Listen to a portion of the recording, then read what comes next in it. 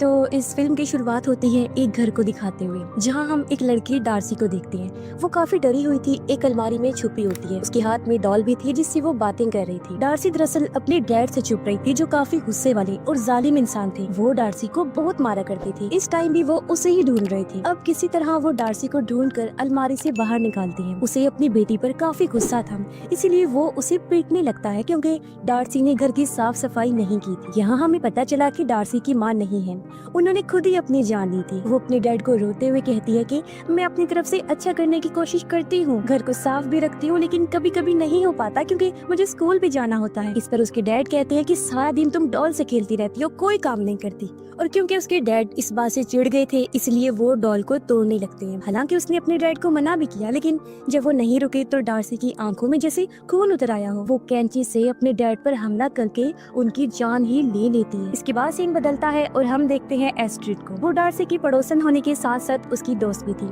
जो अपने डैड के साथ रहा करती थी। उसका एक पैर भी खराब था और अब वो स्कूल के लिए तैयार होकर पैदल ही निकल पड़ती है। हमने देखा कि डार्सी एक जगह पर खड़ी होकर उसका इंतजार कर रही है। फिर अचानक से वो एस्ट्रिड के सामने आ गई और अब ये दोनों आगे बढ़ने लगते हैं। यहाँ हम नोटिस करते हैं कि डार्सी काफी दिनों के बाद एस्ट्रिड से बात कर रही थी। असल में उसके साथ कुछ ऐसा हुआ था कि उसने लोगों से बातचीत करना बंद कर दी थी। उसके साथ क्या हुआ था ये तो हमने शुरुआत में देख ही लिया, यानी उसके डैड की मौत, जिसके बाद से उसने खुद को अकेला कर लिया था। अब यहाँ डार्सी एस्ट्रिड से काफी अच्छे से बात करती है, क्योंकि वो उसे पसंद जो करती थी, पसंद भी प्यार की हद तक, मगर आज तक उसने इस बारे में एस्ट्रिड को बताया नहीं होता। वो सोचती है कि आज बता दूं, लेकिन जैसे ही उसने अपने दिल की बात एस्ट्रिड को बताना चाही, तब यहाँ गाड़ी लेकर एस्ट्रिड का दोस्त आ जाता है, जिस बारे में डार्सी को पता भी नहीं था। उसके साथ एस्ट्रिड की दो और दोस्तें भी थी, जो काफी बदतमीज थी और डार्सी को पसंद भी नहीं करती थी। उनमें से एक, जो डार्सी से काफी जेलस थी, उसे देखकर मुंह बनाने लगती है। अब एस्ट्रिड का मेल फ्रेंड उसे भी अपने साथ चलने के लिए कहता है,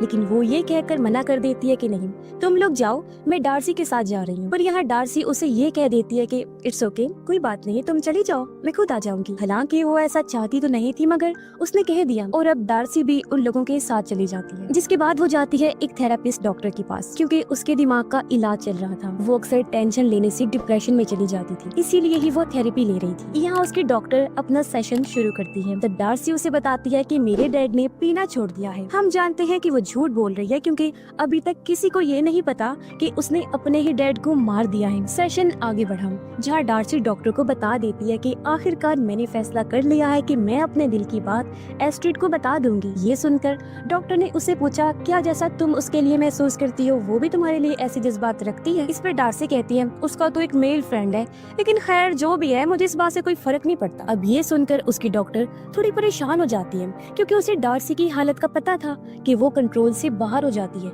साथ ही उसकी दिमागी हालत भी खास ठीक नहीं है। ऐसा वो अपनी हरकतों से साबित भी करे। इसलिए डॉक्टर उससे पूछती है कि अच्छा, अगर एस्ट्रिड ने मना कर दिया तो फिर क्या होगा, क्या तुम्हें फर्क पड़ेगा? डार्सी ने कहा, हाँ बिल्कुल मुझे फर्क पड़ेगा, इतना कि मैं तो पागल भी हो सकती हूँ। इसके बाद हम एस्ट्रिड और उसके दोस्तों को उसी के घर में देखते हैं। पता चला कि कुछ दिनों में एस्ट्रिड की बर्थडे है। अब एस्ट्रिड की एक दोस्त डार्सी के बारे में उल्टा सीधा बोलने लगी। वो एस्ट्रिड को चिढ़ाने के लिए उसे भी कहती है कि तुम तो उसके सबसे पुराने दोस्त हो ना। इस पर उसने कहा, जी नहीं, मैं उसकी दूसरी पुरानी दोस्त हूँ, पहले कोई और है। इस पर उसकी दोनों दोस्तें एकदम से बोलें कि जो भी है, लेकिन हमें तो डार्सी जरा पसंद नहीं। तभी यहाँ इनके मेल फ्रेंड भी आ जाते हैं। उधर डार्सी एस्ट्रिड के घर ही जाने की तैयारी कर रही थी, क्योंकि इसी भी एस्ट्रिड ने घर आने की दावत दे दी थी। इससे वो काफी खुश थी और एस्ट्रिड के लिए बर्थडे गिफ्ट तैयार कर रही थी, जो एक डॉल होती है। और ये डार्सी के बचपन की वही डॉल है जिसे हमने शुरुआत में देखा था। अब डार्सी डॉल को कहती है कि तुम हमेशा एस्ट्रिड का ध्यान रखना, और अब वो उसके घर चली जाती है।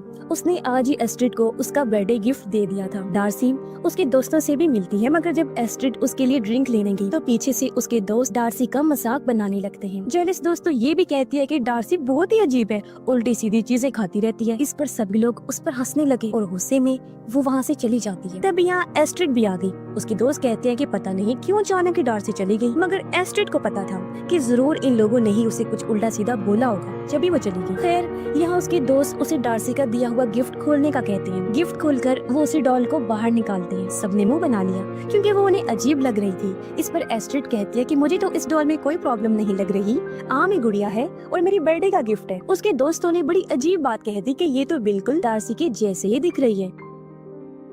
डॉल के साथ एक नोट भी था जिसे एस्ट्रिड का मेल फ्रेंड पढ़ने लगता है। उसमें लिखा था कि इस डॉल का नाम मॉर्गन है जो मेरी माँ पर रखा गया है, जिसे मैं बहुत दिल से तुम्हें दे रही हूँ। इसके आगे डार्सी ने अपने दिल की बात कह दी थी। लिखा हुआ था कि मैं बचपन से तुम्हें पसंद करती हूँ, अगर तुम मुझे एक मौका दो तो मैं तुम्हें नाराज नहीं करूंगी, तुमसे बहुत प्यार करूंगी। अब ये सुनकर एस्ट्रिड काफी चौंक गई क्योंकि उसे तो कभी ऐसा महसूस हुआ ही नहीं था। लेकिन ये सारा कुछ सुनकर उसके दोस्त एस्ट्रिड पर हंसने लगते हैं। उधर डार्सी रो रही होती है क्योंकि वो काफी उदास थी। तभी उसके पास एस्ट्रिड के मेल फ्रेंड का कॉल आया। वो कहता है कि एस्ट्रिड भी तुम्हें चाहती है, तुमसे प्यार करती है। जो सुनकर डार्सी का चेहरा एकदम खिल उठा। लेकिन हमें पता है कि वो झूठ बोल रहा है, वो तो बस डार्सी को जलील करने के लिए ऐसा कह रहा था। साथ ही वो एस्ट्रिड को उसी की दोस्त के साथ मिलकर धोखा भी दे रहा था। अचानक वो डार्सी पर हंसने लगा, कहता है अरे पागल लड़की, मैं तो मजाक कर रहा था, सच तो ये है कि वो तुमसे नफरत करती है। जो सुनकर डार्सी को बहुत बुरा लगा। रात को एस्ट्रिड अपने डैड को भी डार्सी के बारे में सब कुछ बता देती है। उसके डैड ने बताया कि उसकी मॉम मॉर्गन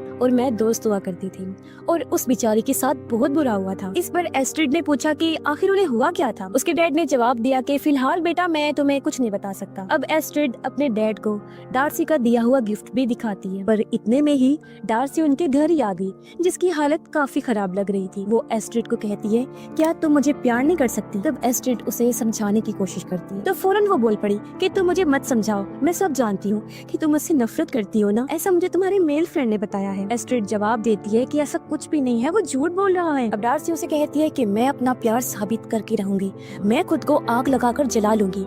इतना बोलकर वो चली जाती है। एस्ट्रिड जल्दी से डैड के पास आई, घबराते हुए इन्हें सारी बात बता देती है और कहती है उसे हमारी जरूरत है। दोनों बाप बेटी डार्सी को ढूंढने के लिए निकल पड़ी। बीच सड़क में इन्हें वो मिल तो गई, लेकिन उसने खुद को आग लगाकर जला लिया था और वो खत्म हो गई थी, जो देखकर एस्ट्रिड काफी रोने लगती है। अगले दिन डार्सी का फ्यूनरल था जब उसे दफन किया जा रहा था। यहाँ पर एस्ट्रिड और उसके दोस्तों के अलावा और भी कई सारे लोग आए हुए थे। एक दोस्त को तो काफी बुरा लग रहा था कि ये सब हमारी वजह से हुआ है शायद, लेकिन जेलिस दोस्त को अभी भी कोई फर्क नहीं पड़ रहा था। यहाँ पर डार्सी की डॉक्टर भी थी जिसे भी काफी दुख था। तभी उसके पास डिटेक्टिव आते हैं क्योंकि वो उसे पूछताछ करना चाहती थी। वो डॉक्टर को अपना कार्ड देकर अगले हफ्ते मिलने का कहता है। इसके बाद रात का सीन दिखाया गया जहाँ एस्ट्रिड सोई हुई थी। उसके पास मॉर्गन डॉल भी रखी हुई थी, पर हैरत उसका सर अपने आप ही घूम जाता है, यानी कि इस डॉल में जरूर कोई गड़बड़ थी और कुछ बहुत ही बुरा होने वाला था। अगले दिन डिटेक्टिव डॉक्टर से डार्सी के बारे में पूछताछ करने आता है। तब डॉक्टर उन्हें बताती है कि वो अक्सर डिप्रेशन में रहा करती थी। वो दोनों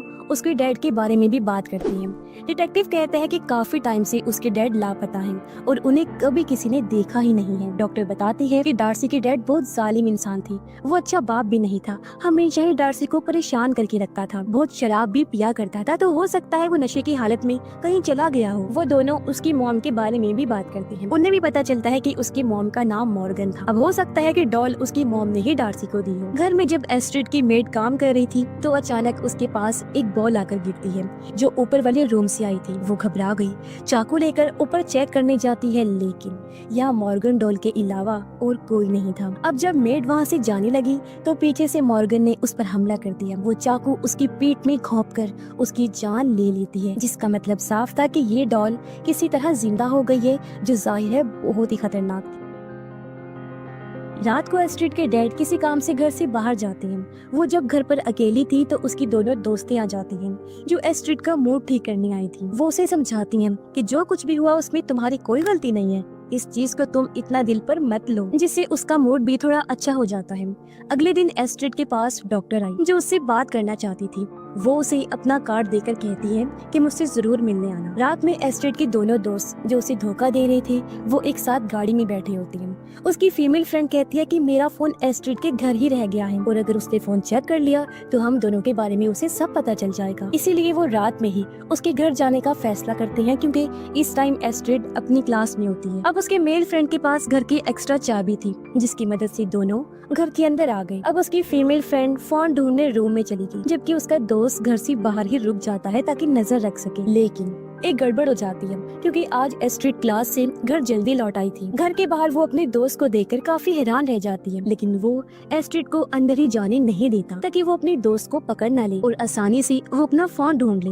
इसीलिए बहाना बनाकर वो एस्ट्रिड को वॉक पर ले जाता है। उधर एस्ट्रिड की दोस्त को अपना मोबाइल मॉर्गन के पास से मिलता है। फोन उसने ले लिया था, लेकिन जब वो कॉल सुन रही थी तो पीछे से मॉर्गन हमला करके उसकी गर्दन पर कट लगा देती है, जिससे तेजी से उसका खून बहने लगा। वो मॉर्गन को देखकर बाथरूम में चली गई। छुपने के लिए बाथ टब में लेट जाती है। क्योंकि उसकी हालत काफी खराब थी, इसलिए वो बाथ टब से बाहर नहीं निकल पाती। और तभी उसके पास मॉर्गन ये खूनी डॉल आकर पानी से बाथ टब को भर देती है, जिसमें डूबकर एस्ट्रिड की दोस्त की मौत हो जाती है। अब एस्ट्रिड का मेल फ्रेंड अपनी गाड़ी में ही रुककर मरी हुई दोस्त का इंतजार करता है, मगर काफी देर तक जब वो नहीं आती तो ये उसे मैसेज करता है, जिसका जवाब भी आता है, जो जाहिर है मॉर्गन डॉल ने ही किया था। और तभी हम उसकी गाड़ी के शीशे में मॉर्गन की परछाई को भी देख पाते हैं। अब वो दिन आ जाता है जब एस्ट्रिड का बर्थडे था। सभी दोस्त उसके घर पर आते हैं, लेकिन वो घर पर नहीं थी, और क्योंकि ये उसे सरप्राइज देना चाहते थे इसीलिए तैयारी करने लगते हैं। अब इन्हें नहीं पता था कि इनकी एक दोस्त मर गई है, इसलिए एस्ट्रिड की दूसरी दोस्त उसे मैसेज करती है, जिसका रिप्लाई भी मॉर्गन डॉल करती है। लेकिन ये लोग इस बात से अनजान थे कि यहाँ एक खूनी डॉल है जो जिंदा है। एस्ट्रिड डार्सी के डॉक्टर से मिलने गई हुई थी। वो डॉक्टर को बताती है कि मुझे डार्सी ने एक डॉल तोहफे में दी थी। ये सुन डॉक्टर काफी परेशान हो गई। वो कहती है मुझे वो डॉल दिखाओ, जो देखने के लिए दोनों एस्ट्रिड के घर जाने लगते हैं। उधर एस्ट्रिड के मेल फ्रेंड के पास उसकी मरी हुई दोस्त के नंबर से मैसेज आता है। वो कहती है मैं ऊपर हूँ, तुम भी आ जाओ, जो काम भी जाहिर है मॉर्गन का था। इसलिए एस्ट्रिड का मेल फ्रेंड बहाने से अपने दोनों दोस्तों को घर से बाहर भेजकर ऊपर जाता है, लेकिन वहाँ उसे अपनी वो दोस्त नहीं बल्कि उसकी लाश मिलती है, जिसे देखकर वो रोने लगता है। पर तभी यहाँ मॉर्गन आकर उसे चुप करवा देती है, प्यार से नहीं मार से, क्योंकि वो एक रॉड से हमला करके पहले उसे जख्मी करती है, फिर मार मार कर उसका सर ही कुचल के रख देती है। एस्ट्रिड और डॉक्टर उसके घर आते हैं, जहाँ उसके दोस्त एस्ट्रिड को सरप्राइज देती है, जिसके बाद वो डॉक्टर को लेकर अपने रूम में आ जाती है और उसे वो डॉल दिखाती है। डॉक्टर एस्ट्रिड को बताती है कि डार्सी की मॉम डॉल्स बनाया करती थी, लेकिन इसके साथ वो काला जादू भी करती थी, और मैं यहाँ यही चेक करने आई हूँ कि कहीं ये डॉल भी काले जादू से कर्ज तो नहीं, यानी कि ये भी श्रापित तो नहीं। डॉक्टर बड़े गौर से डॉल को देखने लगी। फिर वो उसे कहती है कि तुम बाहर जाकर पार्टी एंजॉय करो, तब तक मैं इस डॉल को अच्छे से चेक करती हूँ। एस्ट्रिड के जाने के बाद डॉक्टर ने देखा कि डॉल के सर पर इंसानी बाल हैं, जिससे वो काफी घबरा गई, क्योंकि उसे ये बात कंफर्म हो गई थी कि सच में इस डॉल पर भी काला जादू किया गया है। और चेक करने पर उसे एक इंसानी दांत भी मिलता है। तब टेंशन में आकर वो जल्दी से पुलिस को कॉल कर देती है। फिर डॉक्टर बाहर आ गई एस्ट्रिड को सब कुछ बताने के लिए, लेकिन जब वो रूम में वापस आती है तो डॉल वहाँ से गायब हो चुकी थी। इसीलिए डॉक्टर डॉल को ढूंढने लगी, पर अचानक सामने से आकर डॉल डॉक्टर का गला जोर से पकड़ लेती है और उसने डॉक्टर को बेहोश कर दिया। कुछ देर बाद एस्ट्रिड जब रूम में आती है तो वो डॉक्टर को बेहोश पड़ा हुआ देखती है, लेकिन कुछ भी समझने से पहले मॉर्गन डॉल उठ खड़ी हुई। वो चलकर एस्ट्रिड के पास आने लगी, जिससे वो काफी डर जाती है। इतने में डॉक्टर को भी होश आ गई थी, और यहाँ आखिरकार डॉल अपना मास्क हटाती है और अपना चेहरा दिखाती है। पर हैरत, ये डॉल मॉर्गन और कोई नहीं बल्कि डार्सी थी। जी हाँ, वो मरी नहीं थी बल्कि जिंदा थी। तो अब हमें पता चलता है कि ये सारा नाटक शुरू से लेकर अब तक डार्सी कर रही थी, ताकि वो एस्ट्रिड के साथ उसके घर पर रह सके, एक डॉल के रूप में, जिंदा डॉल बनकर। और जो वो खुद को जलाने की बात कर रही थी तो उसने किसी और को जलाया था, जो और कोई नहीं बल्कि उसके डैड ही थे। इससे हुआ ये कि उसने अपने डैड की लाश को भी ठिकाने लगा दिया, क्योंकि लाश गल सड़ रही थी, तो सब कुछ शक हो सकता था, तो ऐसे उसका काम आसान हो गया। अब पुलिस को लाश की पहचान करनी थी, इसलिए डार्सी ने अपना दांत लाश के पास रख दिया, जिससे पुलिस को यही लगा कि ये डार्सी की लाश है और वो मारी गई है, जिससे ये चीज तो साफ हो गई कि डार्सी कितनी चालाक है। अब यह डार्सी भी हैरान कुन जानकारी देती है कि मेरी माँ ने खुद अपनी जान नहीं ली थी, बल्कि उन्हें डैड ने मारा था, और मैंने भी अपनी जिंदगी के कुछ बुरे लोगों को मार दिया है, जैसे कि तुम्हारी मेड और तुम्हारे दोनों दोस्त जो तुम्हें धोखा दे रही थी। और ये बात सुनकर एस्ट्रिड को काफी बुरा लगा, लेकिन डार्सी कहती है कि मैं तुमसे प्यार करती हूँ ना, तो ये सब मैंने तुम्हारे लिए ही किया है, इसलिए अब तुम भी मुझे अपना लो।